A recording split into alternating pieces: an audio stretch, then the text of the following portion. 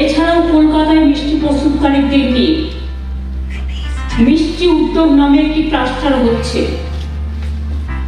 এটা মৌলালি টাউনডিপোর কাছে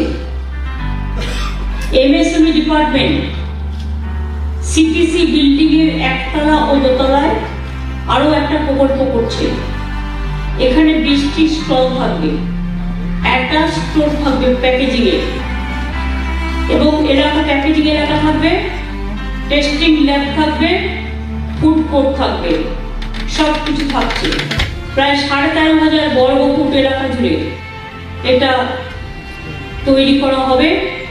এটা অলরেডি সিদ্ধান্ত হয়েছে। এতে আপনারাও বিভিন্ন জেলার মিষ্টিকে প্রমোট করতে পারেন। ওখানে মিষ্টি ব্যবসায়ীদের আয় বাড়বে, তাতে মিষ্টান্ন বাড়বে।